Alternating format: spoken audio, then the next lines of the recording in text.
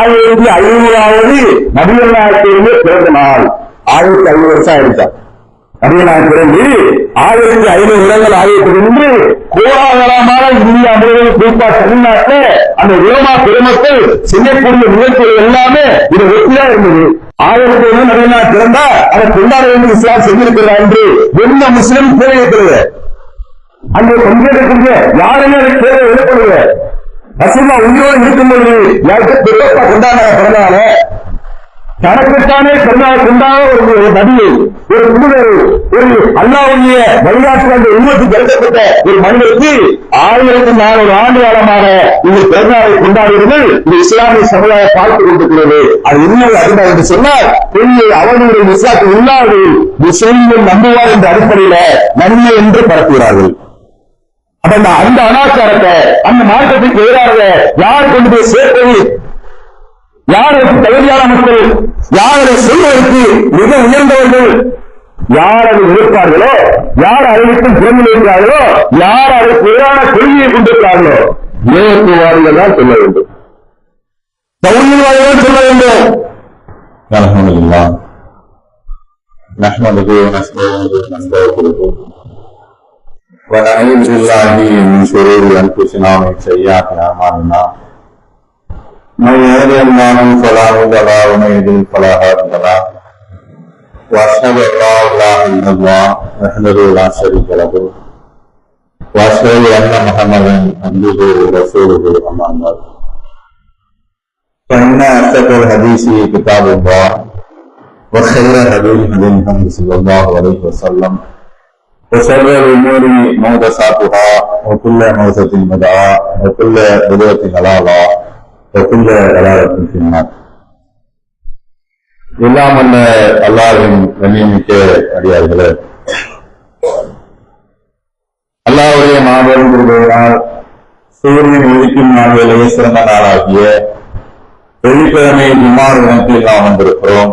நம்மோடு மீதும் ஏனைய உலக மக்கள் அனைவர் மீதும் இறைவனின் சாந்தியும் சமாதானமும் ஒத்தாத்தன்மையும் ஒன்றொன்றும் ஒன்று நிலவட்டமாக என்று பிரார்த்தித்து இந்த உரையை ஆரம்பிக்கிறேன். உலக மனித சமுதாயத்திற்கு மிகப்பெரிய அருள்குறையாக வழிகாட்டியாக ஒவ்வொரு நாளும் மனித வாழ்க்கையிலே பின்பற்ற வேண்டிய ஒரு கொள்கையை அல்லாஹ் நமக்கு கொடுத்திருக்கிறார். இந்த கொள்கையை பின்பற்றக்கூடிய ஒவ்வொரு முஸ்லிமும் 2 விஷயங்கள்ல மிக முழு மூச்சாக இருக்க வேண்டும். அந்த 2 விஷயங்களை யாரு முழு மூச்சாக இருக்கிறார்களோ அவர்களுக்குத்தான் நாளை மறுமையில அல்லாஹ்வை பார்க்கின்ற பாக்கியமும், அல்லாஹ் பார்க்கக்கூடிய மக்கள் தான் சுவாத்திர நுழைவார்கள் என்ற விஷயங்களும் ஏற்படுத்தப்பட்டிருக்கிறது. ஆக 2 விஷயங்கள்ல எந்த முஸ்லிம் உறுதியாக இருந்து விடுவாரோ நாளை மறுமையில அவருக்கு எந்த தவறும் இல்லை. அல்லாஹி சும்மஸ்தகாமோ, யார் அல்லாஹ்தான் என்னுடைய இறைவன் என்று சொல்லி அதில் உறுதியாக இருந்தார்களோ பலா ஹவுஃபுன் அலைஹிம் வலாஹும் யஹ்சனூன், அவர்களுக்கு எந்த தவறையும் இல்லை, அவர்கள் அச்சப்படவும் தேவையில்லை என்று அல்லாஹ் சொல்லி காட்டுகிறார். அத முதல் விஷயம் ஏகத்துவம் என்ற கலிமாவிலே ஒரு மனிதன் உறுதியாக இருக்க வேண்டும். ஏகத்துவத்தை தவிர எந்த ஒரு கொள்கை கோட்பாடும் அவருடைய வாழ்க்கையில வந்து விடக்கூடாது. 2வது, ஏகத்துவத்தை பின்பற்றக்கூடியவர் பாவங்களை தீமைகளை அழிக்கக்கூடிய அனாச்சாரங்கள்ல விதத்துல விழுந்துவிடக்கூடாது. இந்த 2 விஷயத்துல ஒரு மனிதன் உறுதியாக இருந்தால் அவர் நாளை மறுமையில வெற்றி அடையலாம். அதான் தலைப்பு கூட ஓங்கட்டும் ஏகத்துவம் அழியட்டும் அனாச்சாரம் என்று சொல்லியிருப்பாரு. அப்ப அனாச்சாரம் எப்போது அழியும் என்றால், அனாச்சாரத்தை அழிப்பதோ அனாச்சாரத்தை இல்லாமலாக்குவதோ பெரிய விஷயமே அல்ல. அல்லாஹ்வுடைய தூதர் நபியல்லாஹு ஸல்லல்லாஹு அலைஹி வஸல்லம் அவர்கள் இதைவிட அனாச்சாரங்கள் நிறைந்திருந்த ஒரு காலத்தில் தான் நபியாக அனுப்பப்பட்டார்கள். இதைவிட அனாச்சாரங்கள் கோலோச்சி இருந்த காலத்தில் தான் அவர்கள் அந்த ஏகத்துவ பிரச்சாரத்தை செய்தார்கள். என்ன ஒரு வித்தியாசம் இன்றைக்கும் அன்றைக்கும் என்றால், நபிகள் நாயகத்தை பார்த்த சஹாபாக்கள் அவர்களை உயிருக்கு மேலாக நேசித்தவர்கள் எந்த கொள்கையை ஏற்றுக்கொண்டார்களோ அதை தாண்டி பின்வாங்கி போவார்களாக உறுதியாக இருந்தார்கள். அந்த கொள்கையில உறுதியாக இருந்த காரணத்தினால்தான் இன்றைக்கு இஸ்லாம் நம்ம ஊர் வரைக்கும் நம்ம பகுதி வரைக்கும் பின்பற்றக்கூடிய ஒரு விஷயமா நமக்கு கிடைத்திருக்கிறது. இன்றைக்கு என்ன அதுல பின்னணி என்று சொன்னால், ஏகத்துவத்தை சரியா பார்க்கிறாங்க மக்கள், அதை விருப்பப்படுறாங்க, அதை சரின்னு ஏற்றுக்கிறாங்க, அதை வாழ்க்கையில கடைபிடித்து ஆசைப்படுறாங்க. ஆனால் உலகத்துல உற்றார் உறவுகள்கிட்ட, குடும்பத்தார்கிட்ட, நம்முடைய சமுதாய மக்கள் இருக்கக்கூடிய அனாச்சாரங்களை விட்டு வெளியே வர மறுக்கிறாங்க. இங்கே இஸ்லாம் என்ற பெயரால் புதிதாக உண்டாக்கக்கூடிய கொள்கையில நீங்கள் விலகி இருக்கிறீங்களா கேட்டா இல்லை. ஏகத்துவங்கள் உயிர் மூச்சு, ஏகத்துவம் ஓகத்துவம் என்று சொல்லக்கூடிய நாம அந்த ஏகத்துவத்தை சரியா பின்பற்றக்கூடிய ஒரு வாழ்க்கையை வழங்கிய இறைவன், அதை தடுத்த நபிகள் நாயகம், அதை எந்தெந்த அனாச்சாரங்கள்லாம் அந்த வழியை நமக்கு மாற்று கருத்தில் இருந்ததை சேர்க்குமோ அதிலே உறுதியா இல்லாம ஏகத்துவம் வேணும் எங்களுக்கு, ஊர்ல உள்ள அனாச்சாரங்கள் நாங்கள் என்ன செய்ய மாட்டோம், புறம்பில் இருக்க மாட்டோம், அதிலையும் நான் என்ன செய்வோம், பங்கேற்கக்கூடிய மக்களா இருக்கோம் என்று சில மக்களும் இன்னைக்கு பார்க்கக்கூடிய நிலைமையை பார்க்கிறோம். நன்றான மூணு விளைவிக்கிறனே, எந்த கொள்கை சத்திய கொள்கையோ, சத்திய கொள்கையை சரியாக சொன்னாலே அசத்தியம் அழிந்துவிடும். எந்த மாற்று கருத்தில் ஆரம்பத்தில் நபிகள் நாயகம் அந்த இஸ்லாத்தை சொல்லும் போது யோசிச்சு பாருங்களேன்.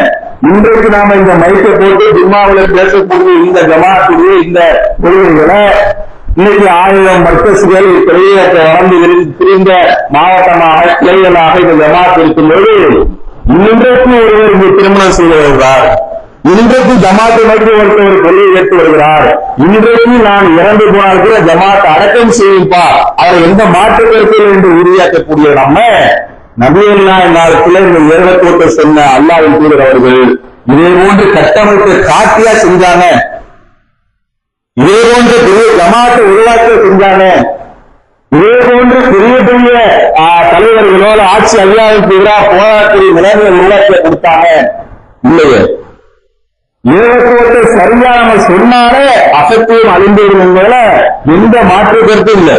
அதுக்கான அசத்தியவாதிகளை ஒடுக்கணும், இல்லாமல் ஆக்கணும், அதெல்லாம் பெரிய விஷயமே இல்லை, அது தேவையும் இல்லை, அது ஒரு ஏகத்துவாதி கடைபிடிக்க வேண்டிய அவசியம் இல்லை.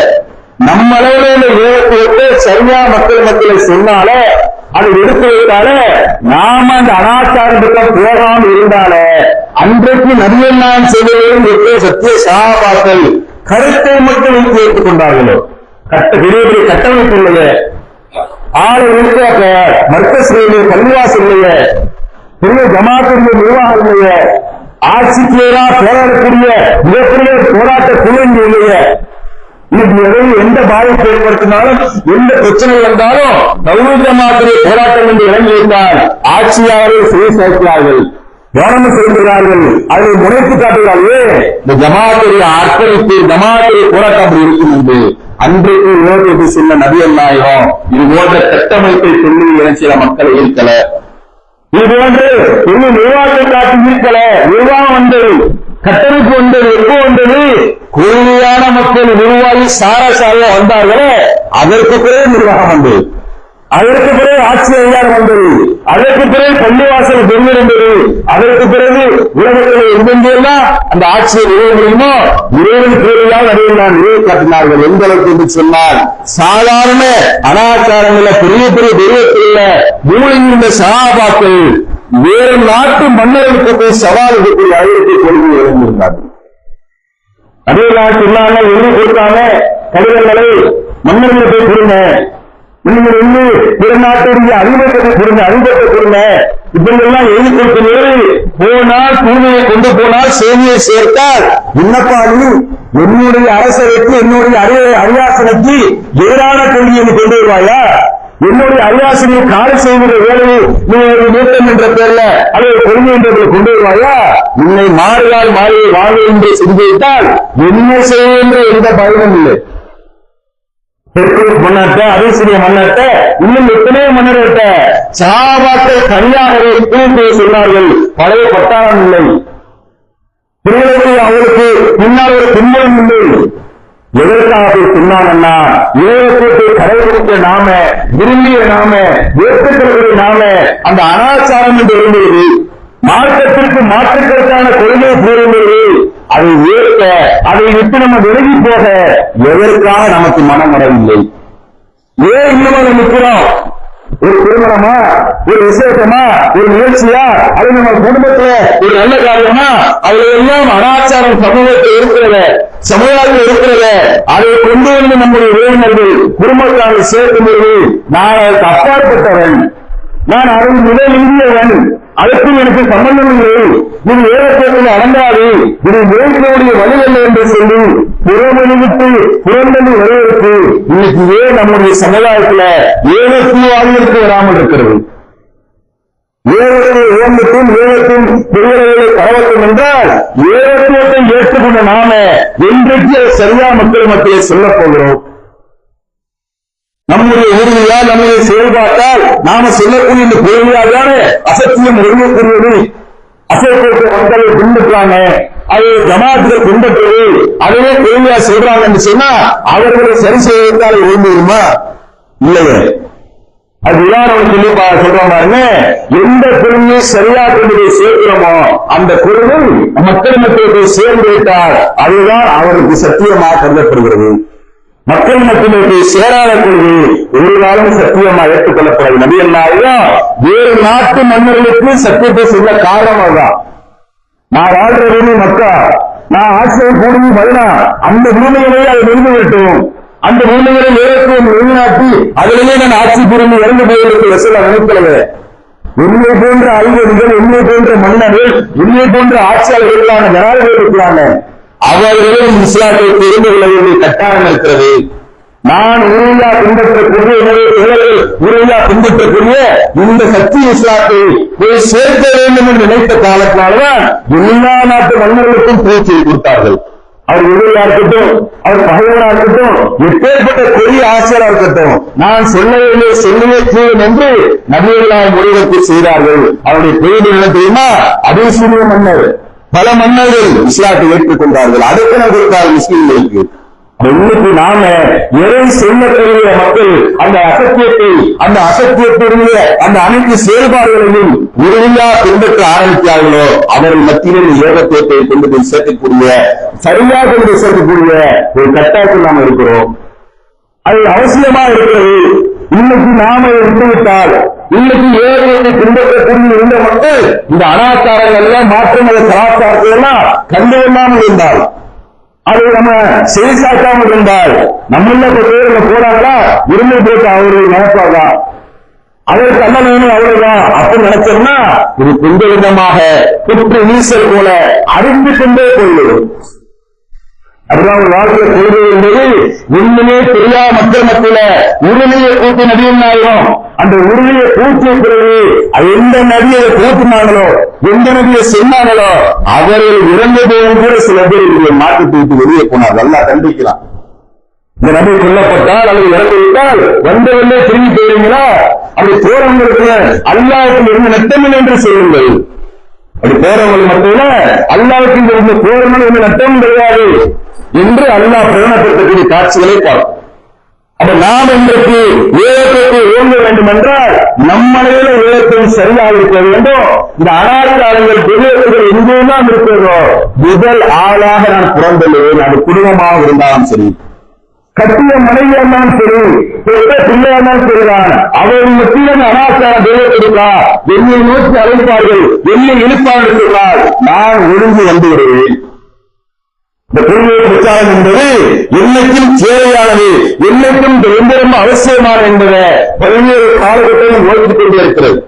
உண்மையா இருந்தா கொள்கையை 10 வாட்டி சொன்னா உண்மையான மாதிரி சில கொள்கைகளை சொல்லி பல பேர் இன்னைக்கு வென்று கொள்ள பார்க்கிறோம். 2014 இன்னைக்கு உள்ள பிஜேபி கவர்மெண்ட் ஆட்சி அமைச்சது. இது ஆட்சி அமைக்க காரணமான ஒரு அஜெண்டா என்ன தெரியுமா உங்களுக்கு? அந்த அங்க உள்ள தலைவர்களுக்கு பராக்கிரம செயல்களா, பெரிய செயல் திட்டங்களா, நாட்டுக்கு தேனாரையும் பாலாரையும் கொடுத்தவர்களா, பல மாநிலங்கள் ஆட்சிக்கு வந்தாங்க, அவர்களால் செஞ்சாங்களா? ரத யாத்திரை என்ன, மாநில இடிப்பு என்ன, பல்கீஸ்தானுடைய அந்த குஜராத் கொலைகள் என்ன, எதையுமே இஸ்லாமிய சமுதாயமும் இந்திய மக்கள் மறந்து விட்டார்களா? இவ்வளவு ரணங்கள் இருக்கிறது, இவ்வளவு கோபம் இருக்கிறது, இவ்வளவு கொந்தளிப்பு இருக்கிறது, அவ்வளவு எதிர்ப்புக்கு மத்தியில் 2014 ஒரு கட்சி நாட்டை எடுக்கிற கட்சி, நாடை எடுக்கிறது, நாடு வளர்ச்சியாளர்கள் எடுக்கக்கூடிய நாடா உருவாகிறது, அதை எடுக்க வேண்டும் என்று அஜெண்டா பரப்பப்படுகிறது. இந்த இருக்கக்கூடிய அந்த கவர்மெண்டை ஒழிக்க வேண்டும் என்றால் போலி விஷயங்களை பொய்களை பரப்புவதற்கு வேண்டும். போலி விஷயங்களை பொய்களை அவர்களை பரப்பியே அந்த ஆட்சியை கொடுக்க வேண்டும் என்றுதான் கொடுத்தார். எந்த மாற்று கருத்து 2014 அது 60 வெற்றி பெறும்போது மண்ணோட்டை எப்போதுமே எல்லா மக்களுக்கும் இவ்வளவு வெறுப்பை சம்பாதித்த ஒரு கட்சி எப்படி எப்ப ஆட்சியை கொடுத்தது? இவ்வளவு உருவான கட்டமைப்பு உள்ள ஒரு கட்சி எப்படி ஆட்சி இழந்தது? ஆட்சியில் இருந்த கட்சியிலிருந்து வரலாறு என்ன? 1990 அந்த முன்கூட்டிய அவர்கள் சில அந்த இந்தியாவுடைய தேர்தலுக்காக தலைவர்கள் குடும்பமாக அர்ப்பணித்தார்கள். எப்பேற்பட்ட குடும்பம் அது, எப்பேற்பட்ட அந்த கட்சி அது, ஒரு நாட்டில் முஸ்லிம்கள் பங்கேற்ற கட்சி அது, எப்படி ஆட்சி இழந்தது? ஒரே ஒரு காரணம், பொய்களை அவர்களை இல்லாத கட்டமைத்து விட்டார்கள். இன்றைக்கு அப்படித்தான் இஸ்லாமிய மார்க்கம் என்ற பெயரால் இல்லாத கட்டமைக்கப்பட்டிருக்கிறது. கடந்த 2 மாதங்களா பார்த்தோம், இதுதான் பிறகு மாறி இருக்கிறது. அந்த பிறகு 2 மாதங்களா ரபியுல் அவ்வல்ல 2 மாதம் மௌல் என்ற செய்தி, மௌல் என்ற இஸ்லாத்துக்கு இல்லாத விஷயங்களை மக்கள் மத்தியில் புரிந்து அதை என்ன செஞ்சாங்க? மார்க்கத்தின் நன்மை என்று அறிவுரை செய்தார்கள். இன்றைக்கும் செய்து கொண்டிருக்கிறார்கள். பெரிய மிகப்பெரிய இந்த விஷயம் சொன்னா 1500வது நபிகள் நாயகத்திலிருந்து பிறந்த நாள். 1500 வருஷம் ஆயிடுச்சா? நபிகள் நாயகம் பிறந்து 1500 வருடங்கள் ஆகியதிலிருந்து கோலாகலமான இந்தியா முழுவதும் குறிப்பா தமிழ்நாட்டில் அந்த உலமா பெருமக்கள் செய்யக்கூடிய நிகழ்ச்சிகள் எல்லாமே இது வெற்றியா இருந்தது. 1500 நபிகள் நாயகம் பிறந்தா அதை கொண்டாட வேண்டிய இஸ்லாம் செஞ்சிருக்கிறதா என்று எந்த முஸ்லிம் கேள்வி இருக்கிறது. அங்கே பங்கேற்கக்கூடிய யாருமே அதை கேள்வி எழுப்பவில்லை. ரசூலுல்லாஹ் உயிரோடு இருக்கும் பொழுது யாருக்கு பெருப்பா கொண்டாட பிறந்தால தனக்குத்தானே பிறந்தால் கொண்டாட ஒரு நபி, ஒரு முதுகர், ஒரு அல்லாஹ்வுடைய வழிகாட்டு அந்த உம்மத்துக்கு இறக்கப்பட்ட ஒரு மனிதருக்கு 1400 ஆண்டு காலமாக நீங்கள் பிறந்தாரை கொண்டாடுகிறது இந்த இஸ்லாமிய சமுதாயம் பார்த்துக் கொண்டிருக்கிறது. அது உண்மை அஜெண்டா என்று சொன்னால் பெரிய அவர்களுடைய இஸ்லாத்தில் இல்லாது முஸ்லிம்கள் நம்புவார் என்ற அடிப்படையில நன்மை என்று பரப்புகிறார்கள். அந்த அனாச்சாரத்தை அந்த மார்க்கத்துக்கு எதிராக யார் கொண்டு போய் சேர்ப்பது? யார் அதற்கு தகுதியான மக்கள்? யார் அதை சொல்வதற்கு மிக உயர்ந்தவர்கள்? யார் அதை எதிர்ப்பார்களோ, யார் அறிவித்தும் புறமில் இருக்கிறார்களோ, யார் அதற்கு எதிரான கொள்கையை கொண்டிருக்கிறார்களோ ஏகத்துவவாதிகள் தான் சொல்ல வேண்டும், தௌஹீத்வாதிகள் சொல்ல வேண்டும். இன்னைக்கு எப்படி பெரிய பரப்பி மட்டுமே 15 வருடத்துக்கு ஆட்சியை பெற்றிருக்கிறார்களோ அது போன்று இஸ்லாத்துல நூற்றுக்கணக்கான வருடங்களாக பெரிய பரப்பியிருக்கிறார்கள். நபிகள் உயர்ந்த விரும்பி இது பரப்பப்பட்டுக் கொண்டே இருக்கிறது. இன்றைக்கு உச்ச நிலையில் இருக்கிறது. முஸ்லிம்களை வழிபடுத்து அனாச்சாரம் தான் இஸ்லாம் என்றதற்கு மாற்றிவிட்டார்கள். எந்த அனாச்சாரத்தை ஒழித்த நபிகள் பாடுபட்டார்களோ, எந்த ஜாகிலியா அறியாமை கால பழக்கங்களை காலில் போட்டு முடித்தன் என்று நபிகள் நாட்டினுடைய முன்னணி ஒரு ஹஜ்ஜுக்கு விழாவ சொன்னார்களோ, கடைசி நபி ரசூலுல்லாஹி அந்த கடைசி நபி ரசூலுல்லாஹி அறியாமை கால பழக்கங்களை ஜாகிலியா போன்ற மூட நாட்டு விஷயங்களை உன் காலில் போட்டு முடிக்கிறேன். அதற்கு முதற்படியாக இனிமேல் யாரும் குறை செய்தால் பழிக்கு பழி வாங்காதீர்கள், அவரை விரும்பினால் மன்னிக்கட்டும், முதல்வருடைய குடும்பத்திலிருந்து ஆரம்பிக்கும் என்று சொல்லி நபிகள் நாயகம் அதை சொல்ல முடிக்கிறார்கள். அறியாமை கால பழக்கத்திலே காலம் போட்ட நபி மீத அறியாமை கால பழக்கமான அந்த பிறநாள் விழாவில் அவருக்கு விழாவிற்கு விழாவில கொண்டாடுவதை ஊனமா செய்வதை, அதற்கு பாத்தியாவை, அதற்கு பல விஷயங்களை செய்வதை நபிகள் இன்னைக்கு சொல்லியிருக்கிறார்கள். இல்லை அனாச்சாரங்கள் இது மட்டும் இல்லை, எதிர்ப்பு இருக்கிறது. ஒவ்வொரு மனிதனுடைய வாழ்க்கையிலுமே அனைத்திலுமே அனாச்சாரத்தை ஊத்து விட்டார்கள். இன்னும் குறிப்பிட்டு செய்வார்கள்னா திருமண சபைகள்ல முதல்ல அங்கதான் அதிகமான அனாச்சாரம் பார்க்கிறோம். மற்ற விஷயங்கள்லாம் அந்த வீட்டோட அந்த குடும்பத்தோட முடிகிறது சில விஷயங்கள். ஆனால் திருமண சபை என்று வரும்பொழுது ஒட்டுமொத்த ஊரையும் கூட்டி வைத்து இதுதான் இஸ்லாம் என்ற இஸ்லாத்திற்கு மாற்றமான ஒரு கொள்கையை இன்னைய வரைக்கும் பிரகடனப்படுத்தலாம். அது எவ்வளவு துவா, அதை பங்கேற்கக்கூடிய மக்களுடைய அந்த அனைத்து எண்ணங்கள், அது அல்லாமல் அந்த மாக்களை பெண்ணிலை கொண்டு எடுக்கக்கூடிய படங்கள், காட்சிகள், புகைப்படங்கள் எல்லாத்தையும் மாற்றமா மார்க்கம் வழிகாட்டாது. எங்களுக்கு போயிட்டாங்கன்னா ஒரு காலத்துல வீடியோ கேமரா எடுப்பாங்க, அந்த போட்டோ எடுப்பாங்க, ஆல்பமா போடுவாங்க. அது மக்கள் எல்லாம் விரும்பி அந்த விசிடி இருந்துச்சுன்னா வீட்டுல போய் பார்ப்பாங்க. அது அந்த குடும்பத்தோட முடிவு தெரியா இருந்தது ஒரு காலத்துல. அப்பவே இந்த அனாச்சாரத்தை ஆளுநரும் ஊரில் உள்ள மக்களும் கட்டி கேட்க கொடுக்கல, அதை மாற்றல. மாற்றத்தை வழிகாட்டப்படுகிறது. அந்நிய ஆண்களுக்கு தன்னுடைய பெண்கள் என்ன செய்கிறாரு, காட்டக்கூடாது, அலங்காரத்தை காட்டக்கூடாது இருக்கிறது. வரக்கூடிய திருமண பெண்கள் திருமணம் அத்தனை பெண்களுமே புகைப்படம் எடுத்து போட்டோ எடுத்து வீடியோ போடுறீங்களாப்பா, அதை காலங்காலமா ஆளுநர் எத்தனை வருஷம் இருக்காது. இன்னைக்கு பல வீட்டுல திருமண ஆல்பம்னா யாராவது இருந்தாரு எந்த இடத்துக்கு காமிக்கிறது. சின்ன பிள்ளைங்களுக்கு பாரு, வாக்காம கல்யாணம் பண்ணதை பாரு, இந்த வாப்பா கல்யாணம் பண்ணதை பாருன்னு அந்த ஆல்பத்தை காட்டுறது. அது யாரு இருப்பா, ஆம்பளை மட்டும் இருப்பாங்களா, அந்நிய பெண்கள் இருப்பான். மார்க்கம் தடுங்க. ஆனா அந்த அலங்காரங்களை பார்க்கக்கூடாது சொல்லக்கூடிய அந்நிய பெண்கள் இருக்காங்க, அதையும் திறந்திருக்க வைத்திருந்தோம். அதை தடுக்காம விட்டுட்டோம்.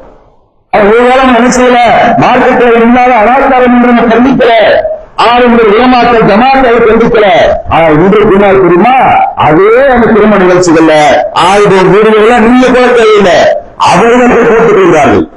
அவர்களே வீடு எடுக்காம அதுக்கான விஷயங்கள் அதுக்கான எல்லாமே செட்டப் பண்ணி அத்தனையும் நீங்க நாளைக்கு ஆளுமா ஒரு மாசம் கழிச்சு வீடியோகள் நீங்க லைவா வீடியோ பார்த்துட்டே இருக்காங்க.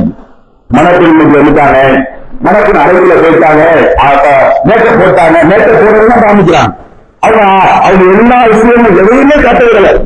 ஒரு மனப்பெண்ணு மனமான மகனே எதையெல்லாம் திருமணத்துக்காக செய்வானோ அத்தனையும் பலம் பிடித்து இன்ஸ்டாகிராம்ல பேஸ்புக்ல லைவான வீடியோ எழுதி கொண்டே இருக்கிறது. யார் இருக்கிறார்? மார்க்கம் தடுத்த அந்நிய பெண்களிலே அத்தனை புகைப்படங்கள், அத்தனை வீடியோ பிலிம் இருக்கிறது. அதனால வெளியே காட்டக்கூடாது இஸ்லாம் செய்வது. கணவனுக்கும் தந்தைக்கும் இன்னொரு சில பேருக்கு ஆண்கள் அனுமதிப்பு இஸ்லாம். அது ஒட்டுமொத்த உலகத்திற்கும் பரம்போட்டு காட்டக்கூடிய செயல்பாடு திருமண சபைகளை செய்யறவங்க பெற்ற வாப்பா பெற்ற உமா அதை கண்டிக்க மறுக்கிறாங்க. 22 வயசுல பெண்ணு கல்யாணம், அதை வரைக்கும் வெளியே போனா, வீட்டோடு வெளியே எழுதிட்டா, பள்ளிக்கூடத்துக்கு போனா, மதரசாக்கு போனா, வேற வேற முயற்சிகளுக்கு போனா, ஒரு மாநில சபை ஒதுக்கீடு கூட விதத்தை மீதானது பின்னாக்க மாட்டான். அப்படிங்களா? ஆனா கல்யாணத்தில் இருக்கும் பொழுது மாப்பிள்ளை காக்க வேண்டியது எல்லா ஊரும் பாருங்க, அந்த சால் இருக்காது, அந்த முகத்தை மறைத்து இருக்காது, குருதாங்களுக்கு வேலை இருக்காது, ஆடம்பரமான அணிகள் இந்த நகையை போட்டு ஆடம்பரமான ட்ரெஸ்ஸுகளை போட்டு வைத்திருப்பான். 22 வருஷம் முகத்தோட காமிக்காம இருந்திருக்கா. ஒரே ஒரு திருமண சபை வரும்பொழுது ஊருக்கு அந்த அலங்காரத்தை காமிக்கிறீங்க. இது அனாச்சாரம் இல்லையா? இது கஷ்டப்பட்டது இல்லையா? நம்மெல்லாம் இப்படியா இருந்தார்கள். பையத்து போன முஸ்லிம்கள் வருவார்கள். அந்த முஸ்லிம்கள் இஸ்லாமுக்கு ஏற்றுக்கொண்டிருந்தால் நபிகள் நாயகம் ஆண்களுக்கு கல்வி காமித்து பெயரை இருப்பார்கள், பெண்கள் கல்வியை உள்ள வைத்துக் கொள்வார்கள். இது வர்ற போறதெல்லாம் அந்த மனத்தில் கை கொடுக்கிறானே. யார் யாரும் கை கொடுக்கிறானே, மனமான் கொடுக்கல. அவர் சும்மா முன்னாள் போட்டுக் கொண்டிருக்கு. இங்க உள்ள மனப்பெண்ணை எனக்கு நீங்க எல்லாரும் கை கொடுக்கிறது. அன்னையான பேர் யாராவது நண்பர்கள், கூட படிந்தவங்க, தெரிந்தவங்க, குடும்பத்தார்கள் இதெல்லாம் கை கொடுக்கிறத பார்க்கிறோம். அதே என்ன தெரியுமா, இந்த திருமண சபைகள்ல வாழமரம் கட்டாதீங்க, வெறும் விதைக்காதீங்க, மண்டபம் பெருசா பிடிக்காதீங்க, பெரிய ஆடம்பரம் அதை செலவழிக்காதீங்க, இந்த சாட்சியை வைத்து என்ன திருமணம் பண்ணுங்கன்னு சொல்லும்போதா எதிர்த்தார்கள். நம்ம பெரிய விமர்சனம் பண்ணார்கள். இன்றைக்கு இந்த அனாச்சாரம் எங்க நிற்கிறதுனா, மாப்பிள்ளை முன்னுக்கும் கஷ்டம் எழுதல, இவர்தான் மாப்பிள்ளை, இவர்தான் பொண்ணு எழுதவே இல்லை. மாப்பிள்ளை கொஞ்சம் வர்றாங்க. எப்படி வராது தெரியுமா, அந்த எல்லா மக்களும் எதிர்பார்த்து உட்கார்ந்து இருக்கும் பொழுது உள்ளத்தை அரைச்சிட்டு வர்றாரு மாப்பிள்ளை. எங்க கல்யாண மாடிக்கு மாப்பிள்ளை மனமானாரே மனப்பாடம் இந்த ஊருக்கு வருவாங்க பார்த்திருக்கிறோம். அங்கிருந்து இங்க மாப்பிள்ளை வருவாங்க. இப்ப அப்படி கிடையாது. மண்டபத்தில் நுழையும்போது புல்லட்ல உட்கார வச்சு அவர் அப்படியே பேர் மேல கை போட்டுட்டு அப்படியே சினிமா மேல வந்து இறங்குறார். அதை ரூல்ஸ் போட்டு பரப்படுது.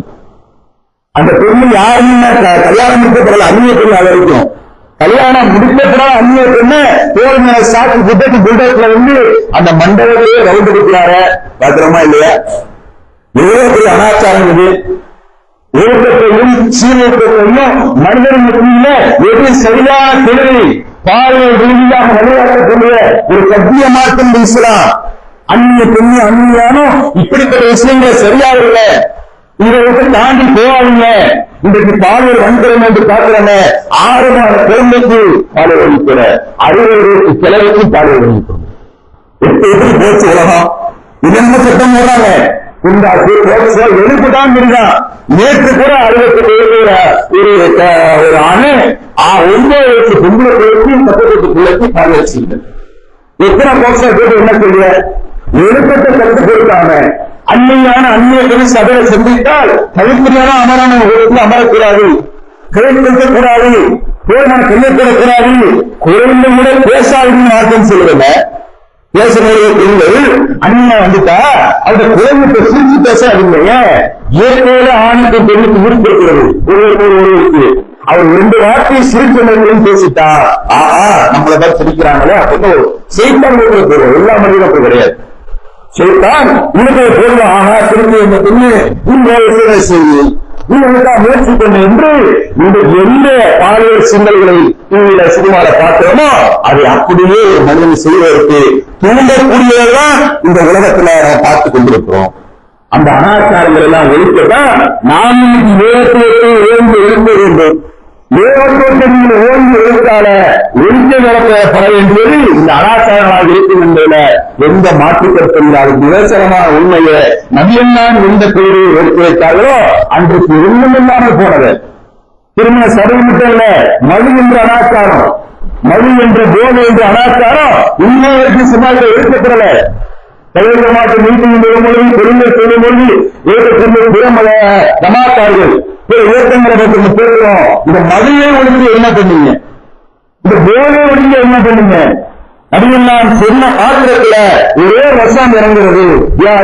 நானும் இனிமால் கொண்ட மக்களே, நீங்கள் இந்த மது பற்றி இன்னமல் கம்மியர்கள் மைசூரு ஒரு 5வது அகலாமும் மதுவும் சூதாட்டமும் சிலைகளும் குறிப்பிட்ட அம்புகளும் விபூஷங்கள் அவளை செய்தான் அல்லத்தில் பேசுவது அல்லாஹ் அவசியத்தில் சொல்லும் பொழுது அழிப்புப்படும் என்று அல்லாஹ் சொல்ல முறையில மதினா வீடுகள்ல மது ஆறாக ஓடுகிறது.